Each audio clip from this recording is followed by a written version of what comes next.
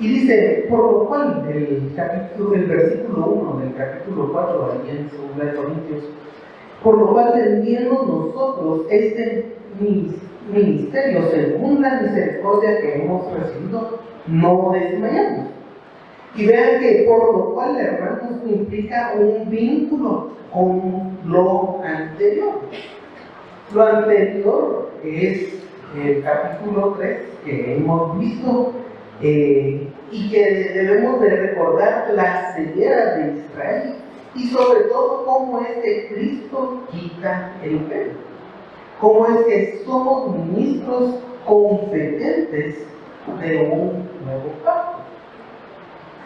Y hay que recordar que aquí ministerio es la palabra diaconía, es decir, es un puesto de servicio. Diácono, les recuerdo que era aquel que servía la mesa principalmente, pero lo que nos está hablando acá es de un puesto de servicio que el Señor nos ha dado y nos ha dicho que nos hizo competentes para servir al Señor. Hermanos,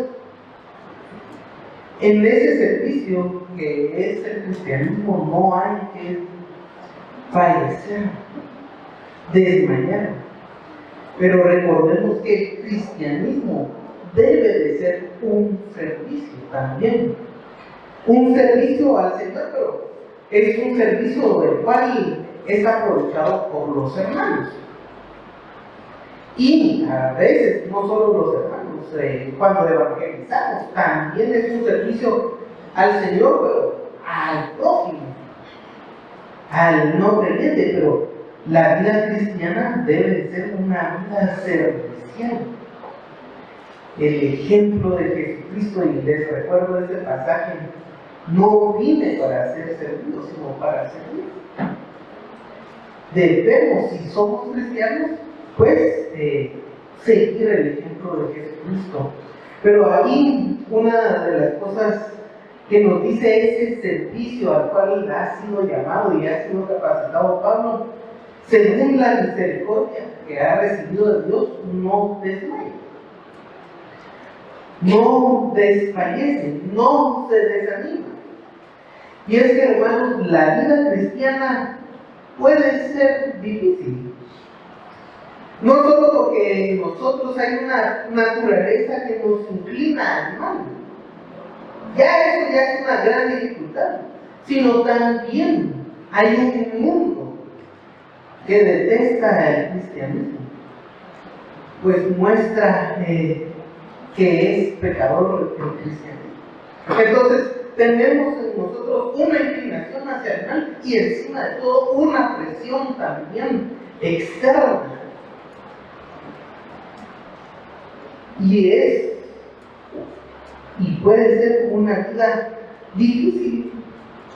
No es que no se pueda sobrellevar, hermanos. Pablo, en todas esas dificultades, y en el capítulo 11 nos da su testimonio. Pero él nos dice que naufragó, fue apedreado, perseguido. Es una cuestión difícil, encarcelado, la vida que Pablo llevó, pero no es imposible de llevar cuando nos asimos de Dios, nos agarramos de Dios. Pero en el ministerio tenemos esa naturaleza pecaminosa que puede afectar nuestro ministerio. Y cuando servimos, hermanos, y cuando servimos no es una cuestión conceptual, ¿verdad? O en un abstracto, decir voy a servir al Señor en mi mente. A pesar de que hay personas que creen que su cristiandad de servicio es en la mente de la persona, no. Debe ser un servicio concreto hacia las otras personas. Y en eso, con nuestra inclinación pecaminosa y la inclinación pecaminosa de las otras personas, puede que tengamos conflictos. Puede que haya personas que no agradezcan nuestro ministerio, que no valoran nuestro servicio, que no cambien. Entonces, si estamos en el ministerio de la música, es casi que su obligación venir a tocar aquí, y no es así. Y a veces nos topamos con opiniones de ese estilo. Si es diácono, qué bueno que es ser el hermano que es diácono, así me puede servir a mí. A veces no valoramos el servicio de otros, y en eso a veces uno tiende a desmayar. Por eso les hablo de la perseverancia de Pablo. Y Pablo, hermanos, como maestro, ahí tenemos en el segundo viaje, cuando llegó a Corinto, en Hechos, nos cuenta que pasó 18 meses, que es el tiempo más largo que había registrado Pablo en Europa hasta el momento. Y 5 años después, escribe la primera carta para observar que los hermanos no cambian. Y luego, un año después, la segunda carta. Y no cambian los hermanos. Y voy a decirles, hermanos, que hay registro histórico en la historia de la Iglesia Universal, ya fuera de las cartas de Pablo aquí en la Iglesia de Corinto, que la Iglesia de Corinto seguía con los mismos problemas, no cambiaron. Y eso para un maestro puede ser un tanto decepcionante, porque habla uno y como que seguimos en lo mismo. A veces, en ese sentido, me imagino yo al hermano Edgar después de 50 años de ministerio. Y personas dicen, yo estuve con el hermano 50 años de ministerio y no cambié nada. Entonces digo, qué frustrante ha de ser para él, ¿verdad? Y sin embargo, tuvo una gran perseverancia aún, y lo pongo a él de ejemplo, hermanos, porque a veces decimos, es que Pablo porque era apóstol, pero no. Tenemos al Espíritu Santo y perseveramos. Y peor, con hermanos que no cambian y se quedan sanos en su propia opinión. Hermano, y es aquellos que sirven, ya sean diáconos, sean músicos, sean maestros, sean porteros, hagan lo que haga usted en la iglesia, hermanos. Recuerde que todo el servicio es para Dios. Y todo cristiano debe de recibir el sustento, la fortaleza por parte de Dios. En la vida van a haber problemas siempre.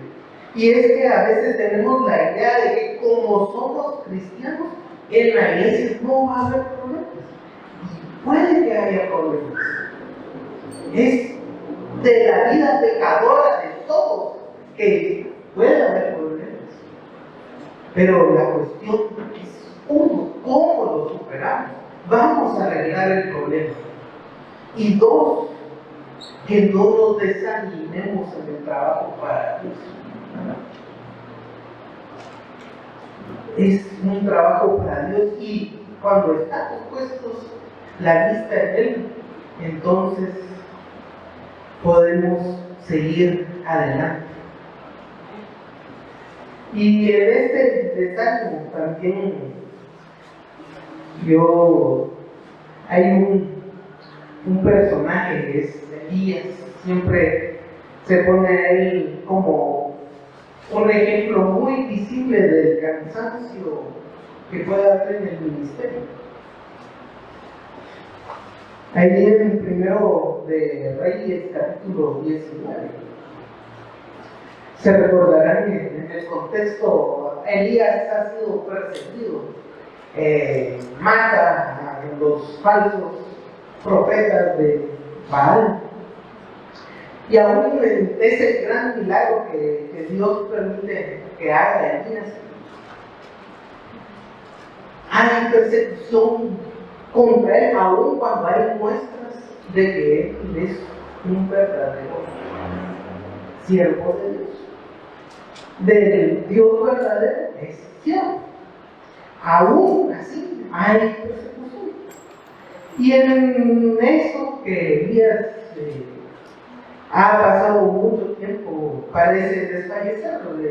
El versículo 14 de primero de Reyes 19, él respondió: Elías, he sentido un vivo celo por Jehová, Dios de los ejércitos, porque los hijos de Israel han dejado tu pacto, han derribado tus altares y han matado a espada a tus profetas, y solo yo he quedado, y me buscan para quitarme la vida.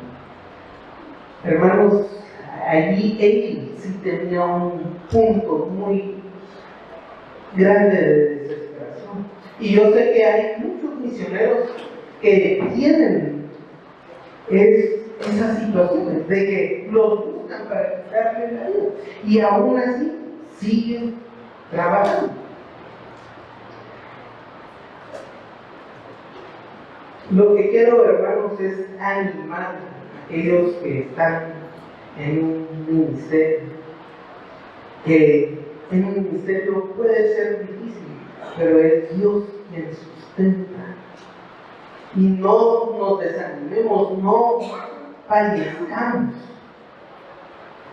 no desmayemos, sino confiemos en Dios. El ministerio puede ser difícil, puede haber personas que no cambien, personas que no quieran comprometerse con Dios, y hace más difícil nuestro ministerio. Pero si usted está sirviendo a Dios, hermanos, a pesar de las adversidades, no desfallezca y siga trabajando. No desfallezca y siga trabajando. Es una cuestión de aliento que debemos de tener puesto nuestros ojos en Jesucristo. Y yo creo que en la iglesia local de acá no estamos como Elías, que personas nos quieran matar. Así que sigamos adelante en el ministerio. Bueno, el versículo 2 dice: antes bien, renunciamos a lo oculto y vergonzoso, no andando con astucia ni adulterando la palabra de Dios, sino por la manifestación de la verdad, recomendándonos a toda conciencia humana delante de Dios. Aquí les quiero citar a un comentarista que estudia mucho la época en que se escribió las Escrituras, que es Skinner. Dice: los comerciantes a veces adulteraban las sustancias añadiéndoles algo más barato para engañar a sus clientes. Los filósofos a menudo acusaban a los oradores profesionales de hacer lo mismo, porque se preocupaban más por su capacidad para hablar que por el contenido correcto. Como buen maestro grecorromano, Pablo niega la acusación que se aplique a él o a sus colegas.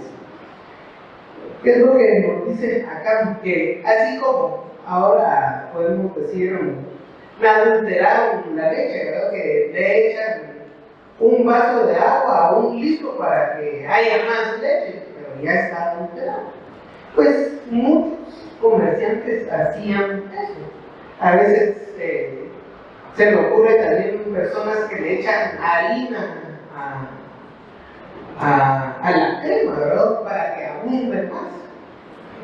Y entonces venden cosas ya adulteradas. Y de esa forma, en Grecia había muchos filósofos y oradores que eran excelentes para hablar en público, excelentes para hablar en público. No decían nada, pero eran excelentes. Entretenían a la gente. No se les dormía a la gente al hablar en público. ¿Verdad? Entonces la gente le ponía atención y eran capaces de transmitir lo poco, un mensaje corto, pero eran buenos. Y lo que dice es de que Pablo va a llegar aquí, que él de una charla, una predicación, una exposición sin contenido, pero entretenido. Dice, renunciamos a lo oculto y vergonzoso. Y aquí lo oculto es algo fuera de la percepción, algo fuera del conocimiento, algo que solo un individuo o un grupo pequeño e interesado podía recibir. Los griegos tenían algunas religiones que eran solo para unas pocas personas. El gnosticismo, por ejemplo, decía que la verdad era oculta, que se revela a sí misma, pero de modo esotérico, es decir, se revelaba de una forma impenetrable o difícil para la mente. Y eso es una cuestión gnóstica, que Dios se revelaba, pero solo una o pocas personas podían comprender. Aquí yo recuerdo mucho de cómo surgen los mormones. Solo una persona podía leer el texto que surge del libro del Mormón. Y lo volvieron a que tradujera otra vez ese idioma inentendible. Y digo, como es otra traducción, entonces me puedo dar la libertad de traducir de manera diferente a lo que lo hice la primera vez. Bueno, ¿por qué? Porque es algo oculto. Solo una persona podía entenderlo. Y el orfismo, que es otra cosa, de otra religión griega, ahí Dios era oculto, visible en todas las cosas, porque era manifiesta, es decir, aquí en este púlpito está Dios. Pero era una forma esotérica, otra vez, impenetrable a la mente. ¿Cómo es que vamos a encontrar a Dios? Esas son creencias griegas, ¿verdad? Y lo que Pablo dice es de que Dios, él renuncia a ese tipo de cosas, a lo oculto. Hermanos, en este sentido, Dios se revela de una forma en que podemos conocerlo. Pero hay que estudiarlo. Usted puede conocer a Dios y debe de conocer a Dios, pero hay que estudiar. Si no abre su Biblia, no crea que Dios le va a abrir la mente porque es tan especial que va a recibir revelación de la nada. Algunas iglesias creen que aquí el pastor abre al azar las Biblias y este tiene Biblia o recibe revelación directa porque solo es para él. Pero Dios en las Escrituras no se ha revelado así. Es visible para todos. En el capítulo 3 estudiamos cómo es que Dios se reveló en el monte Sinaí y todo el pueblo temblaba de la presencia de Dios. ¿Se recuerdan de eso? Espero que sí. Lo estudiamos en Éxodo 19. Todo el mundo, no era una persona que sí sabía. Ahora lo que sí les voy a decir es de que hay que estudiar. Y eso es importante. Aquí en la iglesia estamos estudiando con unos hermanos griegos. ¿Y por qué? Pueden leer su Biblia en español, pero estamos para profundizar estudiando griegos. Y si usted quiere, puede hacerlo. Lo triste es de que tal vez el 2% o menos del 2% de los hermanos estudian bien, pero está abierta la posibilidad. ¿Es difícil? Claro que es difícil. Vamos ahí poco a poco, pero vamos. Y se hace un esfuerzo, porque Dios no se reveló solo al pastor, y usted tiene que decir amén a cualquier cosa. Ni a mí, ni al hermano Edgar, ni a nadie. Usted tiene su propia mente. Es importante eso y que podamos estudiar y conocer. Damos un curso de interpretación básica. Otra vez, muy pocos apuntamos. ¿Cuántos hacen las tareas? Menos del 4% de la congregación. Entonces, damos las herramientas. ¿Y por qué eso lo hacemos así, hermanos? Porque queremos que se acerquen a estudiar las Escrituras. Y para eso hay que tener también un esfuerzo. Las Escrituras no son ocultas. No es que yo reciba revelación, que me ilumine la lamparita aquí, que me vengan las ideas. Es decir, no, es un proceso de estudio. Y los animo, hermanos, a observar eso. Dice lo oculto y lo vergonzoso, y aquí aparece o tiene la apariencia que hay una cosa oculta y una cosa vergonzosa. Pero dice lo oculto de vergüenza. Es renunciar a eso oculto que es vergonzoso. No son dos cosas diferentes. Dice, no andando con astucia. Y esa astucia son engaños. Generalmente en Grecia era caracterizado un malvado por esta astucia. Deberíamos poderlo traducir para darnos una mejor idea: artimaña. No andando con artimañas. Los griegos notaban la habilidad humana, que la persona era capaz de argumentar cualquier cosa y conseguir su propósito. A veces diciendo mentiras, hermanos, falacias, ¿verdad? Y argumentaban de una manera tan convincente que ellos podían conseguir ese propósito. Y si se recuerdan, acabamos de leer 1 Corintios 2:4, donde Pablo dice que él no andaba con astucia ni con habilidad humana. ¿Por qué? Porque eso adultera el Evangelio. Adultera el Evangelio y nos dice: ni adulterando la palabra de Dios, ni falsificando, ni engañando, ni adulterando, ni torciendo la palabra de Dios.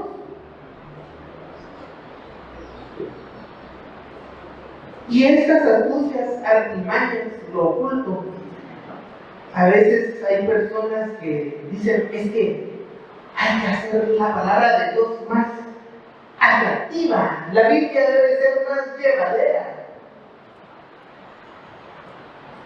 Y entonces,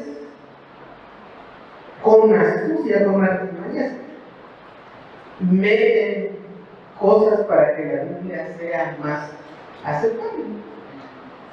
Como les dije al principio, en la antigua Grecia los comerciantes añadían una sustancia más barata, como el agua o la leche, para cuartearle y que abundara más. Y eso es lo que hacían también los filósofos y los falsos maestros también, quien meten cuestiones de ese estilo, y con la idea de que si hay más personas, entonces es mejor la palabra de Dios. Si hay más personas en número que se porten como niños o como carnales, eso no les importa, porque no les importa el crecimiento espiritual de las personas. Solo el montón de personas amontonar gente, pero así hacen más atractiva la palabra de Dios. Y yo no digo que el evangelismo sea malo, pero miremos a qué se refieren o hasta dónde han llegado a estas situaciones.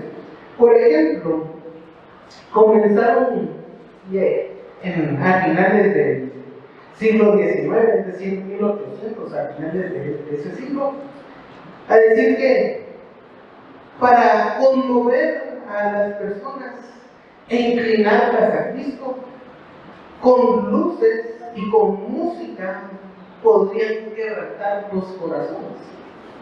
Entonces ponen una luz de colores y hacen tal vez hasta un show de luces en la iglesia y con música triste.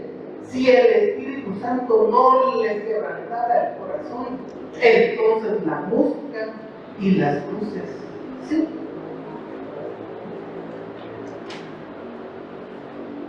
¿Por qué? Porque quieren andar con Jesús. Hoy cantamos el himno Si fue motivo de dolor. Yo no sé si he contado, es una anécdota bastante interesante. Es un himno que me gusta a mí bastante, pero es un himno triste. Y la música es melancólica. Cuando mi hijo tenía 3 meses alrededor, como a mí me gusta, yo agarré el cello y me puse a tocar Si fui motivo de dolor. Y el niño lloraba. Y entonces dije, bueno, lo voy a poner por aparte, tal vez no le gusta el cello. Y también lloraba de la música. ¿Y por qué es esto importante? Porque la música tiene esa propiedad. El niño a los 3 meses no entendía si fui motivo de dolor o Cristo, perdón te ruego, mi Señor, mi Dios. Si yo no quise andar en la lucha, eso no lo entiende, pero sí escuchaba la melancolía y lo movía. ¿Y es malo este tipo de música? No es pecaminoso, pero sí, la música nos llega a hacer ruido al mensaje, entonces la estamos utilizando mal. Y muchas iglesias tomaron esa idea de que entonces con música melancólica vamos a evangelizar. Y tienen siempre la misma condición de hay que hacer un relajón que parezca una discoteca esto. Y de último, ya cuando estén cansados, desanimados, les ponemos una música melancólica para que terminen llorando. Y hermanos, como les digo, no es mala la música, solo que no debe de ser un ruido para el corazón que es la letra. No es malo llorar si nos mueve la palabra de Dios. Hay que controlar las emociones, pero el Señor nos ha dado las emociones. La cuestión es de por qué lo hacemos. Porque el Señor obra en nuestros corazones a través de su palabra o porque nos sentimos melancólicos de algo. Y así es un gran ejemplo. Pero luego también meten chistes en la predica, como hay que hacer más eficiente la predica, entonces contemos chistes, ¿verdad? Ahí parece que el pastor es más un comediante de stand-up, de contar historias, que alguien que predica la Biblia. Hasta el punto que en la predicación del siglo XXI han dicho que para que sea más atractivo el Evangelio, ya no nombremos a Jesús. Porque si nombramos a Jesús, entonces nos van a ver como religiosos y la gente se va a alejar. Hasta ahí han llegado con la predicación, andando con la astucia, adulterando la palabra y creyendo que hay cosas ocultas. Creo yo que en este sentido, hermanos, cuando vemos lo oculto, cuando vemos las invenciones humanas y que alguien viene a decir, mire, yo tengo algo novedoso que a nadie se le había ocurrido y 2000 años después del cristianismo solo yo fui iluminado para decir tal cosa. Creo que en un 90% de ese tipo de cosas son personas charlatanes o ignorantes. Son charlatanes o ignorantes. Teniendo 2000 años de historia, a veces tenemos cuestiones que debatir. Recuerdo que hubo un compañero en el seminario que decía, es que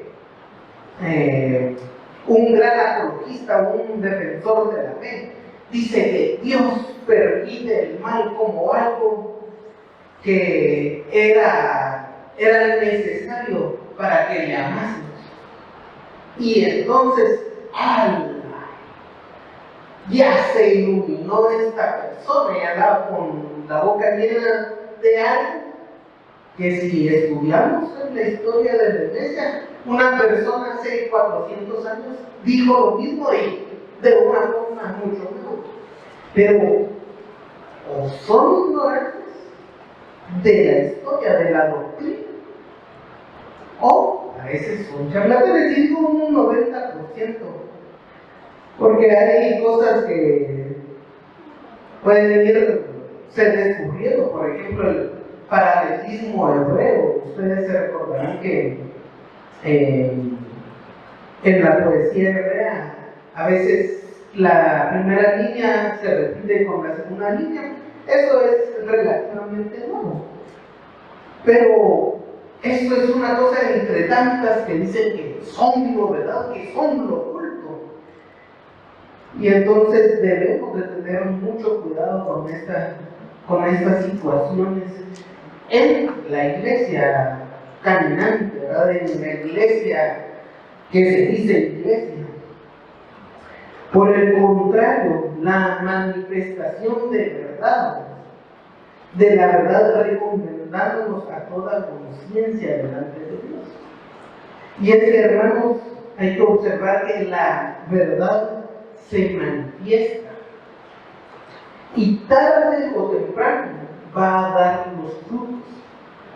Tarde o temprano debe dar frutos. Cuando observamos cómo era la iglesia hace un siglo, cómo es que después de añadirle luces, música melancólica, chistes y cualquier otra cosa para que el evangelio sea más atractivo.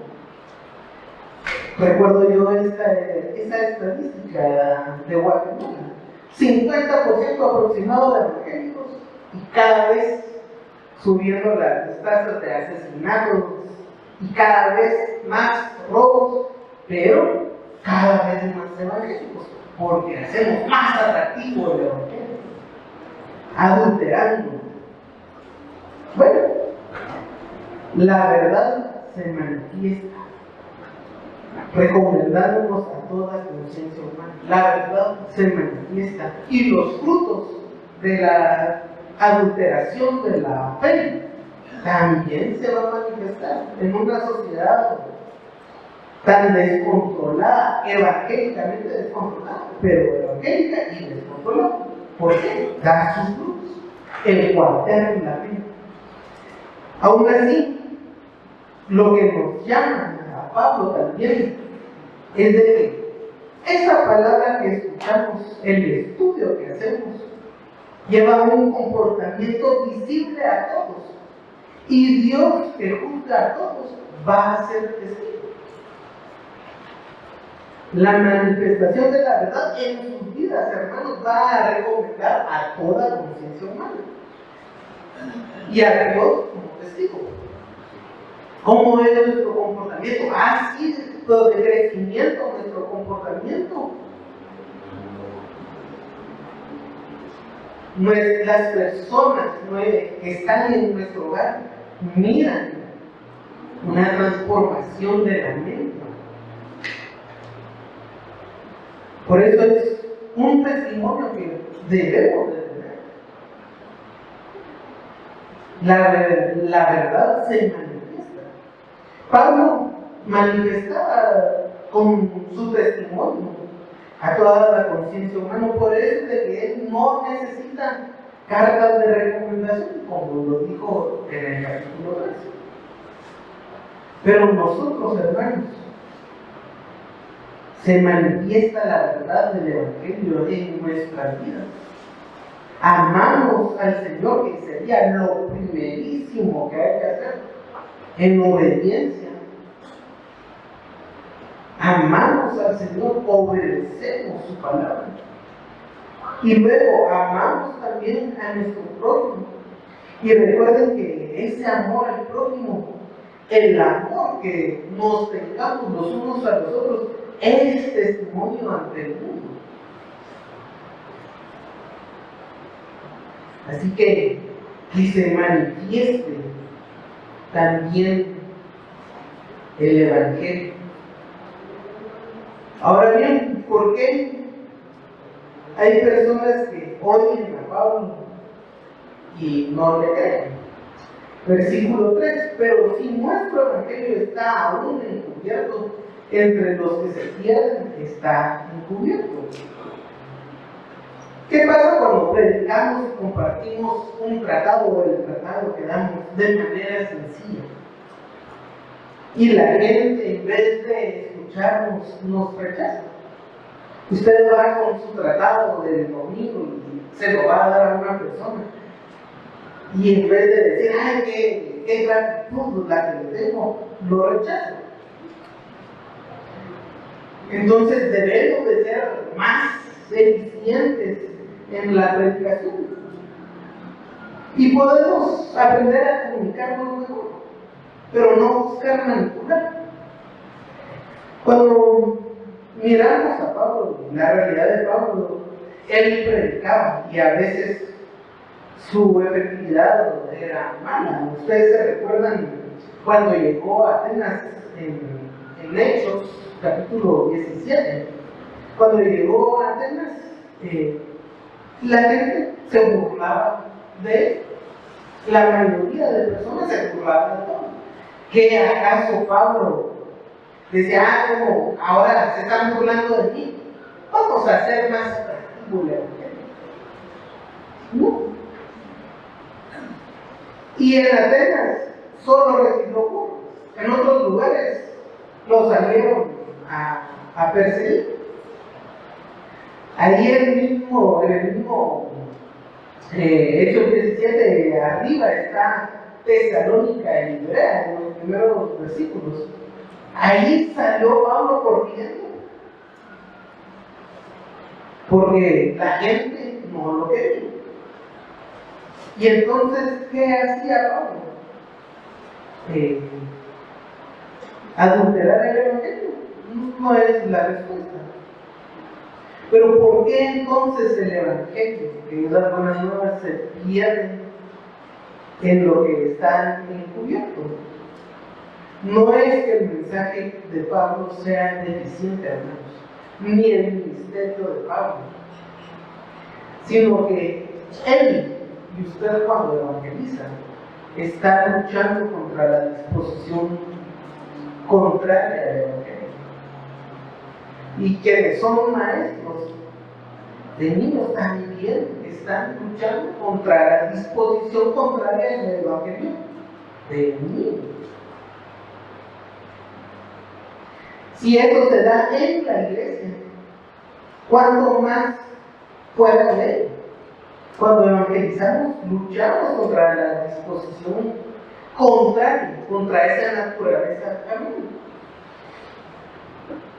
Y una de las cosas que debemos de recordar del capítulo 3 es de que habla de que los judíos se endurecieron y el pacto mosaico era velado y no lograron entender. Por eso nos dice, en los cuales, el versículo 4, el Dios de este siglo cegó el entendimiento de los incrédulos para que no les resplandezca la luz del Evangelio de la gloria de Cristo, el cual es imagen de Dios. Y lo que debemos de observar es que aquí tenemos una acción de Satanás. Una acción de Satanás. Él cegó el entendimiento de los incrédulos. Por eso es que el Evangelio aún está encubierto entre los que se pierden. Y hay una acción de Satanás de no completar. Pero en Romanos capítulo 1, también la razón de no entender es que ellos mismos no glorificaron a Dios. El ser humano mismo, aún conociendo a Dios, no le glorificaron como Dios. Ahí Romanos 1 nos dice, pues habiendo conocido a Dios, no le glorificaron a Dios como Dios, ni le dieron gracias, sino que se envanecieron en sus razonamientos y su necio corazón fue entenebrecido. Profesando ser sabios, se hicieron necios. Ahí hay una acción humana.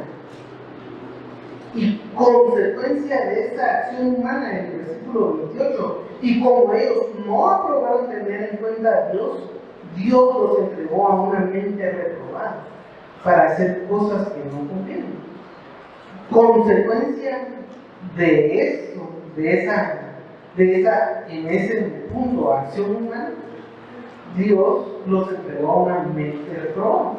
Entonces, tenemos que tener en cuenta que hay una condición humana y aquí nos está hablando también de una acción de Satanás. Hay que recalcar que son dos cosas que trabajan paralelos para evitar que la persona comprenda el Evangelio. Ese entendimiento entenebrecido del ser humano, no reconocer a Dios, y el que Satanás cegue el entendimiento de los incrédulos. El Dios de este siglo, hermanos, el Señor de esta era, pongámoslo así, es quien esclaviza y enseña a los mundos. Tiene potestad sobre diferentes cosas en el mundo. Ahí es la tentación en Lucas capítulo 4, el versículo 6, les leo. Y le dijo el diablo, a ti te daré toda potestad y la gloria de ellos, porque a mí me ha sido entregada y a quien quiero la doy. Y hay que recordar que ahí Jesús dijo, tú no tienes poder sobre eso. Ese no fue el argumento que Jesús le da.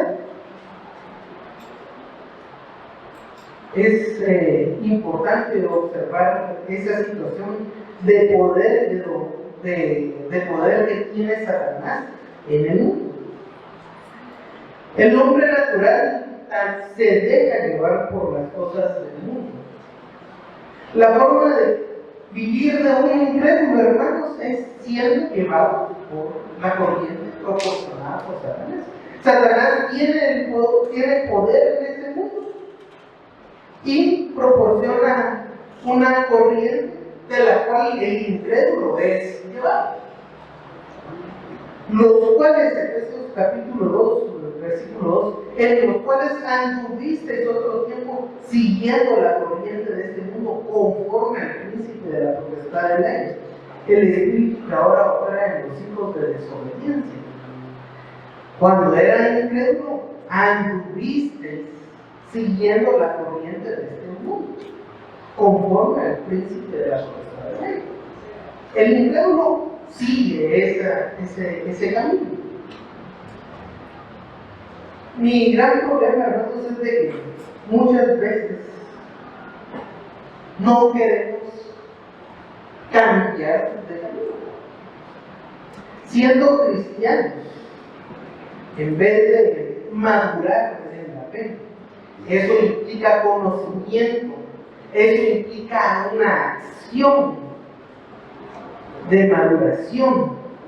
Lo que Pablo dice es de que no son ustedes personas en la carne porque tienen las contiendas, hay peleas entre ustedes. En pocas palabras, el cristiano que es un niño en la carne, un niño en la fe, va a dar las obras de la carne. Y muchas veces en esa corriente del mundo que tenemos, cristianos siguiendo las corrientes mundanas,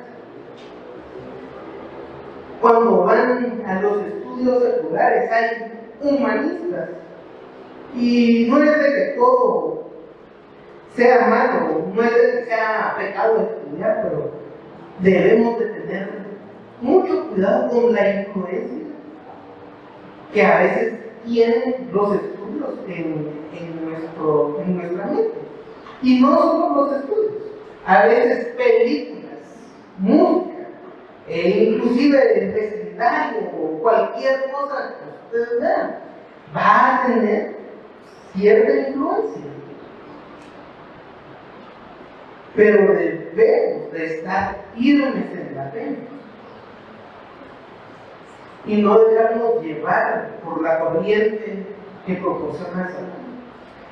No actuar como si nosotros seguimos con nuestro entendimiento cegado. En cuanto a los estudios, a veces como químico o biólogo, hay que hablar de la evolución en vez del creacionismo. Un pedagogo, olvídese de corregir con vara a sus hijos. Es más, censure las partes violentas de la Biblia. Jamás le lea a un niño pequeño la historia de Josué porque se va a traumar. Va a generar una sociedad violenta si lee el libro de Josué. Y esa pedagogía a veces se introduce dentro de la iglesia.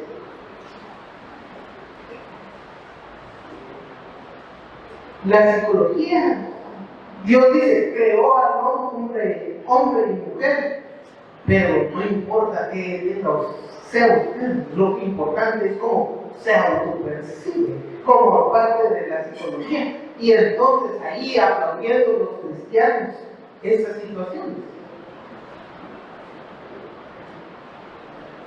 En general, hermanos, hay una idea de amor que se expresa en amar al pecador y tolerar su pecado. Y entonces decimos, amar es amar a la persona y aguantarle sus pecados y felicitarlo por sus pecados. Amemos a la persona, pero no toleremos el pecado. No nos acostumbremos al pecado. Hermanos, si nuestro entendimiento ya no es cegado, actuemos como tal. Romanos 12:2 dice, no os conforméis a este siglo, no nos hagamos a la forma de este siglo, sino transformados en la renovación de vuestro entendimiento. Hay que renovar el entendimiento. Y yo sé que Satanás va a proporcionar una corriente en este mundo pero no actuemos como que estamos ciegos y nos vamos a la corriente.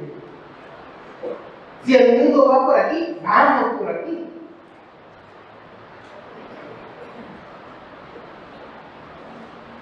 Y es un cambio que debe de haber en el cristiano. Es un cambio que debe de verse en el cristiano.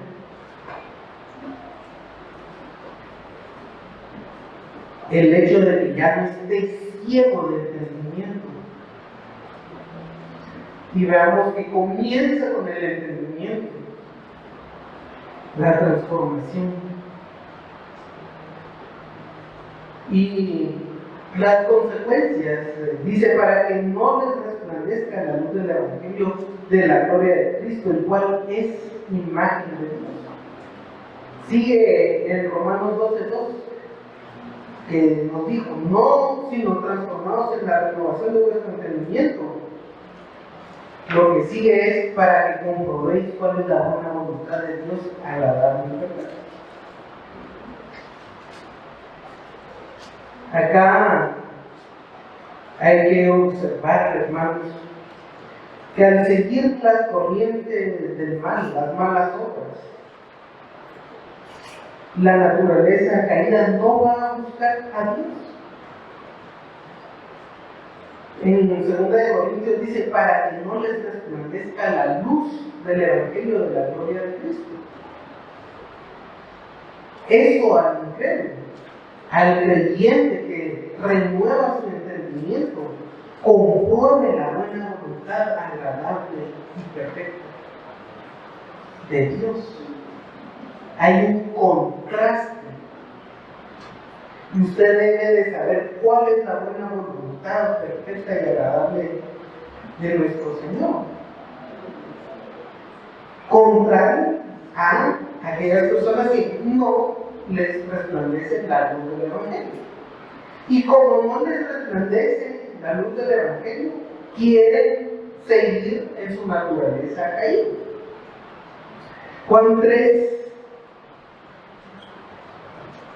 19 al 21 dice, esta es la condenación, que la luz vino al mundo y los hombres amaron más las tinieblas que la luz, porque sus obras eran malas. Porque todo aquel que hace lo malo aborrece la luz y no viene a la luz, para que sus obras no sean reprendidas.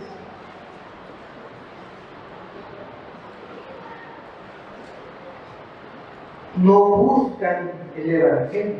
La luz del Evangelio no les resplandece.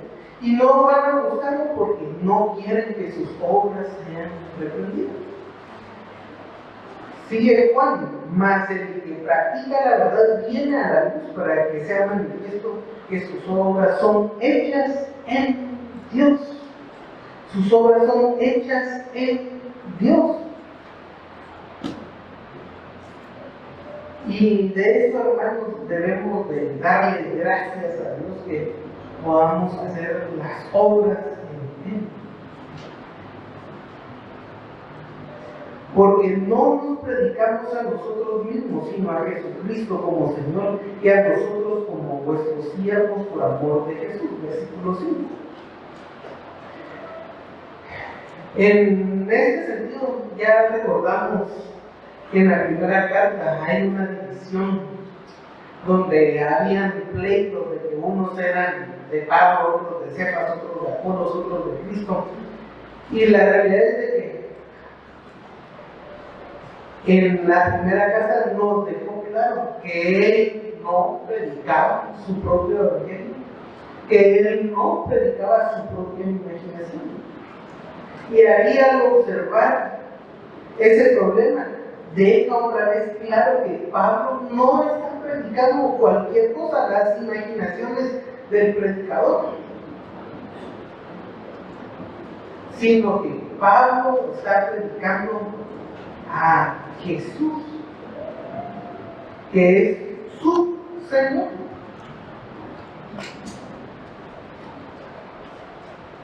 Es un deber que Pablo tiene que decir que Jesús es su Señor y que Él que es Dios, ha sido revelado como su Señor. Él, que es Dios, le debemos obediencia. Hermanos, a Él le debemos obediencia, a Jesús, no a cualquier legalismo, no a cualquier cuestión cultural, no al maestro, sino que es a Dios. A Él le debemos la obediencia. Y hermanos, aunque Pablo es líder, es un apóstol, nos dice que es esclavo por amor de Jesús. A nosotros como vuestros esclavos por amor de Jesús. Es que sí, es sumamente importante resaltar que el amor a Jesús es lo que nos lleva a hacer las cosas. No es una imposición de la iglesia, no es la imposición de un maestro, no debe ser la tradición, no debe de ser nada que no sea el amor a Jesús, que nos lleve a hacer las cosas. Y hay que hacer cosas. El cristianismo es una cosa para servir, algo de servicio. Pero cuando servimos, nos ponemos en forma de que nuestra voluntad no se haga, sino la de nuestro Señor, porque le amamos. Porque le amamos. Y vamos a mostrar nuestro amor hacia Él, esclavizando nuestra voluntad a Él, sirviendo a nuestros hermanos. Porque Dios, que mandó de que las tinieblas resplandeciesen en la luz, es el mismo que resplandeció en nuestros corazones para iluminación del conocimiento de la gloria de Dios en la paz de Jesucristo. Así como en la creación Dios hizo la luz, así ilumina también nuestro corazón y nuestro razonamiento. Todo nuestro ser es iluminado. En la creación dijo, sea la luz, y fue la luz. Donde, hermanos, no había lumbreras, porque fueron creadas hasta el día número 5. Y así hay una similitud con aquel creador, Dios creador, que también es un Dios que nos salva. Es un Dios que Él mismo hace entender y tener conocimiento. Resplandeció en nuestro corazón para la iluminación del conocimiento de su gloria de Dios en la paz de Jesucristo. ¿Cuál es el objetivo de que Él resplandezca en nuestro corazón? Deshacer la obra de Satanás. Esas tinieblas que enceguecen al mundo. Dios con su poder nos ilumina en nuestros corazones. Es una gran ventaja que tenemos, hermanos, y que debemos de andar como que el Señor ya iluminó nuestros corazones, porque ya lo hizo. Hay que observar que las cosas de Satanás, el poder de Satanás, el mundo, la corriente de Satanás, la ceguera de Satanás, está afuera, va de afuera hacia adentro. La iluminación que tenemos del corazón viene por el Espíritu Santo que mora en nosotros, va de adentro y se debe revelar en nuestras acciones afuera. Lo que llegamos a comprender es la obra. Es que Dios revela en Jesucristo. Nos revela a Jesucristo, hermanos. Y es una gran bendición. Aquí Pablo nos demuestra, uno, que debemos de actuar que hay un gran contraste en la ceguera del mundo y usted que ha sido resplandecido, que Dios lo ilumina para entender cosas que no son ocultas, sino que el Espíritu de Dios, como lo dice en la primera parte en el capítulo 2, nos ha revelado, nos ha manifestado aún las profundidades del Padre. Pero hay que estudiar, hay que esforzarse. No hay que decir, ¡ala, qué difícil eso! Mejor ya lo dejo. No, esforcémonos, hermanos. No podemos pretender crecer ignorantemente. Yo voy a crecer en la vida espiritual, pero voy a ignorar qué es eso. Eso es, si bien les va el legalismo, como así se ha hecho, así lo voy a hacer, ignorante de la voluntad de Dios. No, hermanos. Pero el Señor nos ha hecho ministros competentes, nos ha dado la iluminación, resplandece en nuestros corazones, nos ha quitado el velo, nos ha quitado la ceguera. Pero algo que no va a hacer es forzarnos a amar. Y el amor a Dios se muestra en la obediencia.